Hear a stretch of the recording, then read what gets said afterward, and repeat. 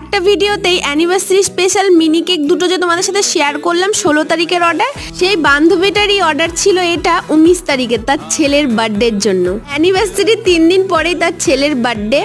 আর এই কেকগুলো আমাকেও আগের থেকে সবগুলো কোনটা কিরকম কি নেবে সেটা বলে দিয়েছিল। আর স্পেশালি ওর ছেলের বার্থডেটা তো আমাকে অনেক আগেই বলেছিল যে কোকোমেলন থিমের নিবে, আমাকে ফটো দিয়ে দিয়েছিল, বলেছিল ভাই তুই সেম একদম করে দিস।